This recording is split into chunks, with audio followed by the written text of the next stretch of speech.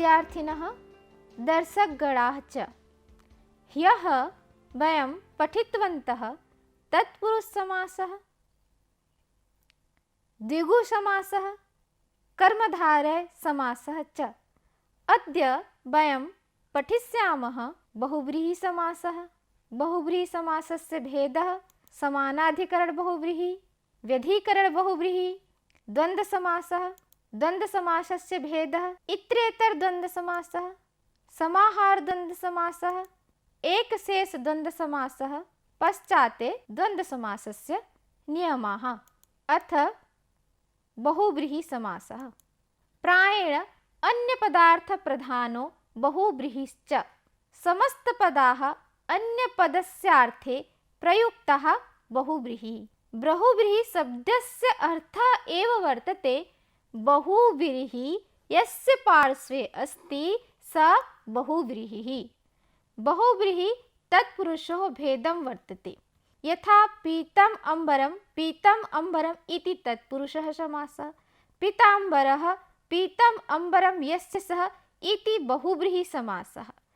तत्पुरुषसमासे प्रथमपदं द्वितीयपदस्य विशेषणं भवति, किन्तु बहुव्रीहिसमासे प्रथमपदं द्वितीयपदस्य विशेषणं भवति, किन्तु पदद्वयोः मेलनेन पुनः अन्यपदार्थस्य विशेषणं भवति। यथा पीतम् अम्बरं यस्य सः, अर्थात् पीतवर्णम् अम्बरः यस्य पार्श्वे अस्ति सः पीताम्बरः। उत पीतवर्णम् अम्बरं यः धार्यते सः पीताम्बरः। पीत अम्बरं कः धार्यते? श्रीकृष्णः पीताम्बरः सर्वदा धार्यते। अत्र पीताम्बरः श्रीकृष्णस्य विशेषणं वर्तते। बहुव्रीहि तत्पुरुषयोः भेदे एका आख्यायिका वर्तते। आख्यायिका अस्ति, एकदा एकः याचकः नृपं समीपं गतः। तत्र गत्वा सः एकः श्लोकः उक्तवान्। सः उक्तवान्, राजेन्द्रः, अहं च त्वं च राजेन्द्रः लोकनाथः उभावपि। सः अर्थात् हे राजेन्द्रः, आवयोः लोकनाथः स्वः। सः एतादृशी उक्तवान्। एतत् श्रुतं तत्र उपस्थिताः जनाः एकस्वरेण उक्तवन्तः, भो वीक्षितः किं? राज्ञां समानता करोसि? निर्गच्छतु, त्वरितं बहिः गच्छतु। तदा स याचकः श्लोकस्य अग्रम् उक्तः। सः उक्तः, भवान् बहुव्रीहि अस्मि, तत्पुरुषो भवान्। अर्थात् हे राजान, अहं बहुव्रीहिसमासः अस्मि। भवतः षष्ठी तत्पुरुषसमासो स्तः। बहुव्रीहिसमासे लोकनाथः इति विग्रहः भवति। लोकः नाथः पालकः यस्य स, अर्थात् यस्य जगतस्य सर्वैः पालयतु, जगतस्य सर्वैः पोषयतु, जगतस्य सर्वैः पालयतु इति अहं लोकनाथः। किन्तु भवतः कृते लोकनाथः इति अर्थः भविष्यति लोकस्य नाथः, अर्थात् सर्वजगतः नाथः। अतः अहं बहुव्रीहिसमासः अस्मि, भवान् षष्ठी तत्पुरुषसमासः वर्तते। एतत् श्रुत्वा तत्र उपस्थितः जनः हसितेन, तथा याचकः उचितपारितोषिकं दत्त्वा अपृच्छन्। बहुव्रीहिसमासः। बहुव्रीहिसमासस्य भेदो द्वयं भवति, समानाधिकरणबहुव्रीहि, व्यधिकरणबहुव्रीहि। समानाधिकरणबहुव्रीहि, यथा दत्तचित्तम् येन स दत्तचित्तः।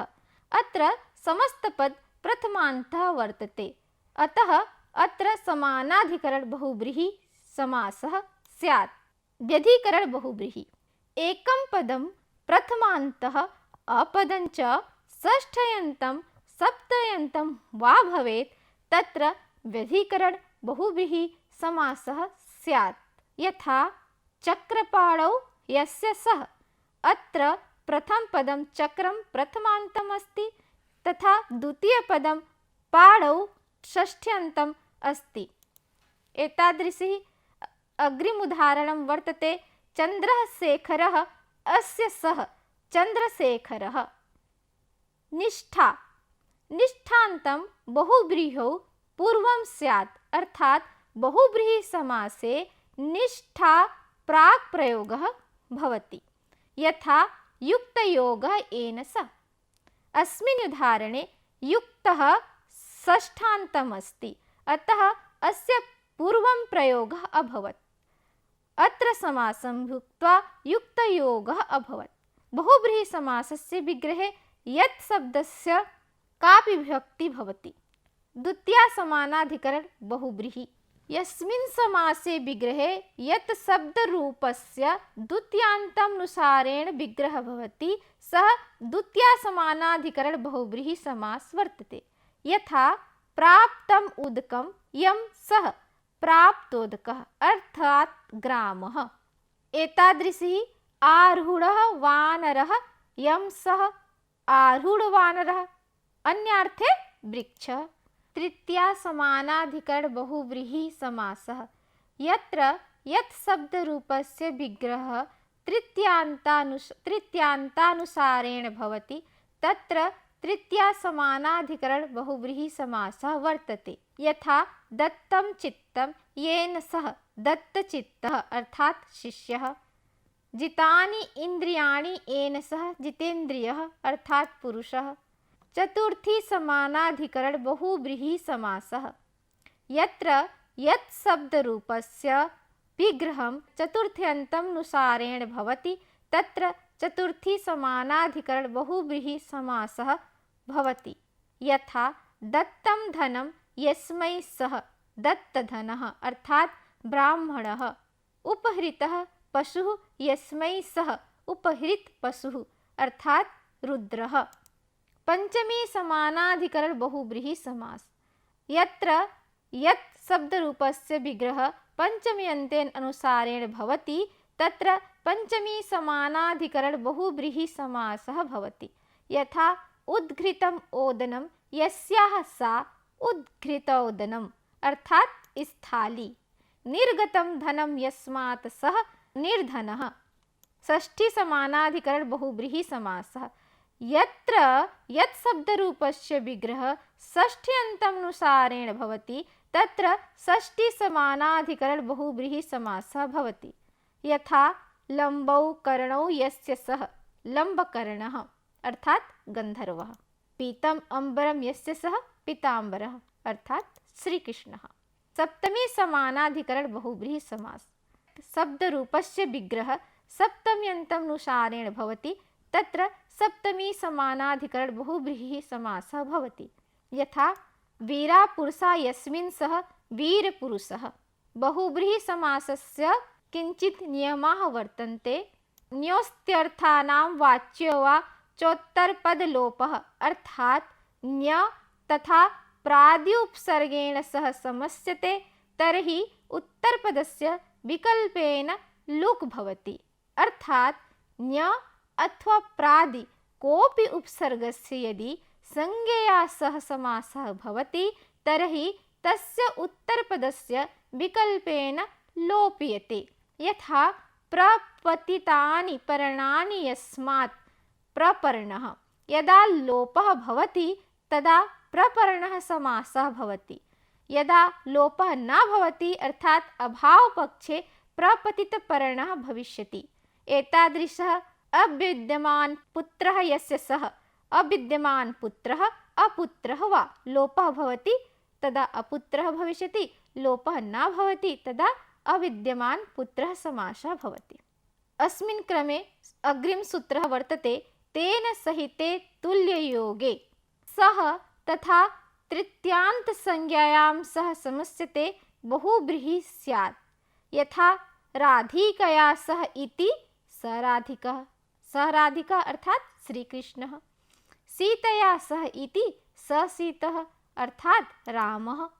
अस्मिन् क्रमे अग्रिम सूत्रं वर्तते स्त्रियायाः पुवन्द् भासित पुंसकाद् ऊढः समानाधिकरणे स्त्रियां पूर्णी प्रियादिषु। अस्मिन् सूत्रस्य अवबोधनाय उक्तपुष्कं शब्दम् अवबोधनम् आवश्यकम्। उक्तपुष्कं शब्दं किम्? उक्तपुंसकं शब्दस्य अर्थः वर्तते यः मूलरूपे तो पुल्लिङ्गे प्रयुक्तः भवति, किन्तु तत्र चाप् टाप् गिप् गसि आदि प्रत्ययेन युक्तं यदा स्त्रीलिङ्गे प्रयुक्तः भवति तस्य नाम उक्तपुंसकम्। तुल्ये प्रवृत्तिनिमित्ते यत् उक्तपुंसकं तस्मात् परे ऊढो भावः यत्र तथा भूतयस्य स्त्रीवाचक शब्दस्य पुवाञ्चकस्य एव रूपं स्यात् तत्र अपि बहुव्रीहि समासः भवति। समानाधिकरणे स्त्रीलिङ्गे उत्तरपदे न तु पूर्ण्यां प्रियादौ च परतः, अर्थात् तुल्य प्रवृत्त निमित्त भवति सति उक्त पुंसक स्त्रीलिङ्गवाचक शब्दात् परे समानाधिकरण स्त्रीलिंग शब्दः भवेत्, किन्तु पूर्णी संख्या प्रथमादि प्रियादि शब्दश्च न भवेत्, तथा उकारान् स्त्रीलिङ्गवाचक शब्दापि न भवेत्, तत्रापि बहुव्रीहि समासः भवति। यथा चित्रा गावः यशसः चित्रगु, अत्र चित्रा उक्तपुंसकम् अस्ति। एतादृशी रूपवती भार्या यस्य स रूपवद् भार्यः।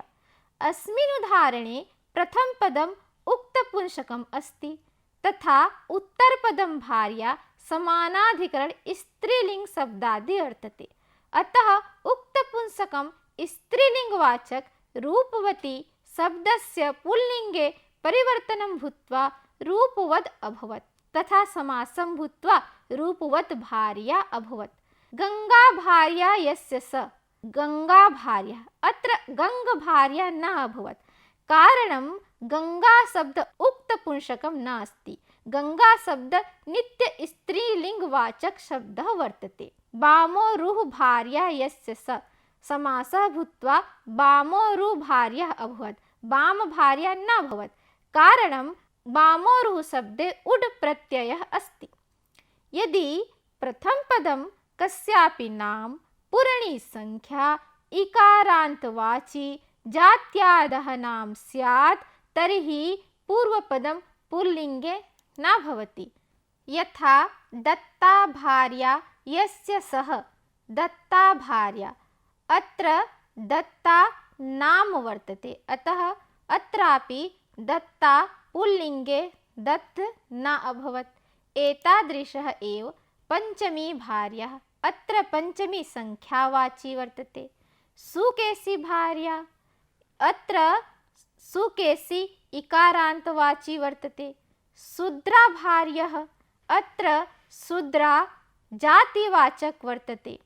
कल्याणी प्रियः इत्यादयः।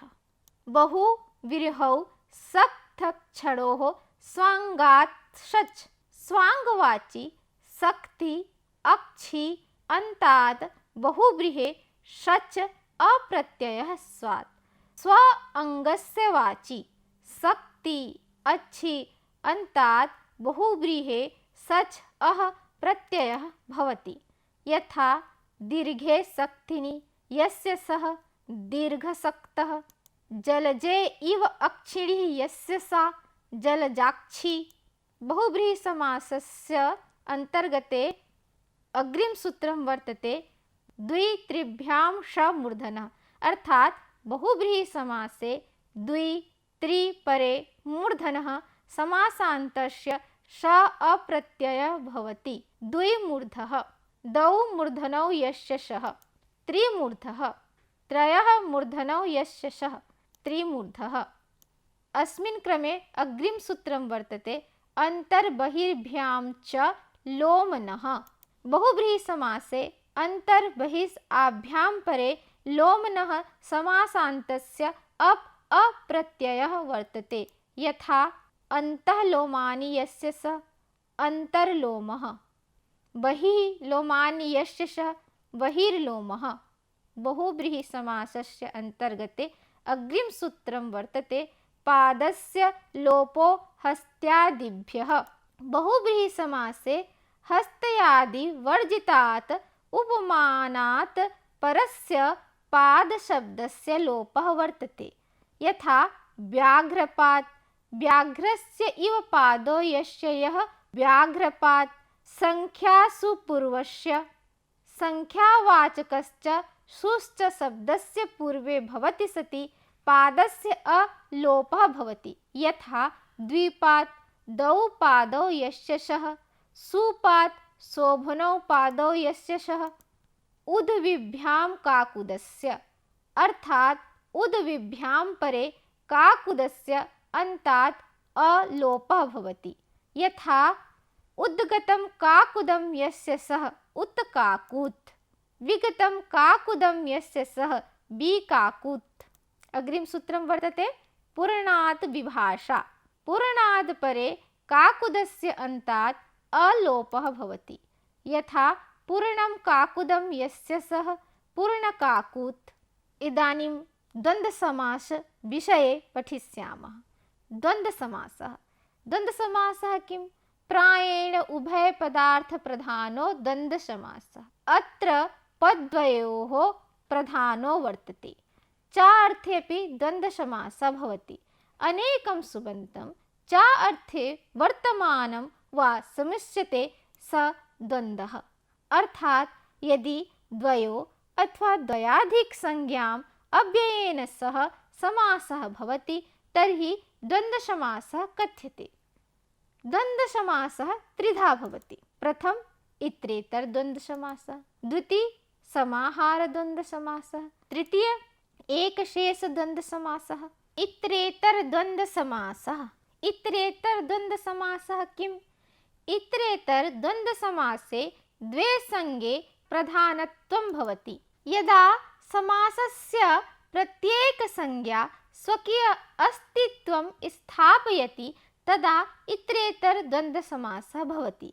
यदि इतरेतरद्वन्द्वसमासे संज्ञानां संख्या द्वे भवति तर्हि समस्तपदं द्विवचने वर्तते। यदि संज्ञानां संख्या द्वयाधिक भवति तदा समस्तपदं बहुवचनं स्यात्।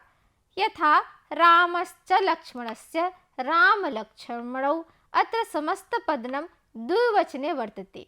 एतादृशः रामश्च लक्ष्मणश्च भरतश्च शत्रुघ्नश्च, राम लक्ष्मण भरत शत्रुघ्नः, अत्र द्वयाधिक शब्दं वर्तते, अतः समस्तपदं बहुवचने अभवत्। इतरेतरद्वन्द्वसमासे अग्रिम सूत्रं वर्तते पर्वलिङ्गं द्वन्द्वतत्पुरुषयोः। अर्थात एतयोः परपदस्य एव लिङ्गं स्यात्। यथा कुक्कुटश्च मयूरी च, कुक्कुट मयूर्यौ, मयूरी च कुक्कुटश्च मयूरी कुक्कुटौ। समाहारद्वन्द्वसमासः, समाहारद्वन्द्वसमासे समाहारस्य बोधनं भवति। च अर्थे यस्मिन् समासे समूहस्य बोधयते स समाहारद्वन्द्वसमासः भवति। अस्मिन् समासे समस्तपद नपुंसकलिङ्गे एकवचने भवति। यत्र समस्तसंज्ञा कस्यापि समूहस्य बोधयते तत्र समाहारः द्वन्द्वसमासः उच्यते। यथा आहारश्च निन्द्रा च भयं च आहारनिन्द्रा भयं, पाणि च पादौ च पाणिपादम्। अत्र पाणि तथा पादौ मानव शरीरस्य अङ्गः वर्तते। अहिश्च नकुलश्च अहिनकुलम्, अहिनकुलश्च शत्रुता जगत् प्रसिद्धः अस्ति। मार्दिङ्काश्च पाड्विकाश्च मार्दिङ्कपाड्विकम्, अश्वारोहश्च पदात्यश्च अश्वरोहापदातति, गोधूमश्च चणकश्च गोधूमचणकम्, मथुरा च पाटलिपुत्रं च मथुरा पाटलिपुत्रम, कुरुवश्च कुरुक्षेत्रम च कुरु कुरुक्षेत्रम, युका च लिच्छा च युकालिच्छम, सर्पश्च नकुलश्च सर्पनकुलम। एक शेष द्वंद्व समासः। एक विभक्तौ यानि स्वरूपाणि एव दृष्टानि तेषाम् एक एक शिष्यते तदा एक शेष द्वंद्व समासः स्यात्। यथा माता च पिता च पितरौ, श्वश्रुश्च श्वशुराश्च श्वशुरौ, अजश्च अजाश्च अजौ, ब्राह्मणी च ब्राह्मणश्च ब्राह्मणौ, शूद्री च शूद्रिश्च शूद्रौ, घटश्च कलशश्च कलशौ। द्वंद्वे घी। द्वंद्वे घी संज्ञम शेषो घ्यसकी पूर्व स्यात्, अर्थात द्वंद्व समासे घी संज्ञक पदस्य पूर्वं प्रयोगः भवति। घी संज्ञक किं शेषो घ्यसखी, ह्रस्व इकारान् शब्दस्य घी संज्ञा भवति सखी शब्दस्य वर्जित्वा। घी संज्ञक शब्दस्य द्वंद्व समासे पूर्वः प्रयोगः भवति। यथा हरिश्च हरश्च हरिहरौ, हरिहर न भवति। अजाद्यदन्तम् इति सूत्रेण अजादि अदन्तं द्वन्द्वे पूर्व स्यात्, अर्थात यस्य शब्दस्य आद्याम् अच् भवति तथा अन्ते ह्रस्व अवर्तते तस्य द्वन्द्व समासे प्राक् प्रयोगः भवति। यथा ईश्वरश्च कृष्णश्च ईशकृष्णौ, अल्पाच् तरम्, अल्पाच् द्वन्द्वे पूर्वं स्यात्। यथा शिवश्च केशवश्च शिवकेशवौ। पिता मात्रा। मात्रा सह उक्तौ पिता शब्द समस्यते तर्हि पिता शब्द विकल्पेन शिष्यते। यथा माता च पिता च पितरौ माता पितरौ वा भवति। एकः शब्दः शेषं भवति तत्र पितरौ भवति, विकल्पेन माता पितरौ वा भवति।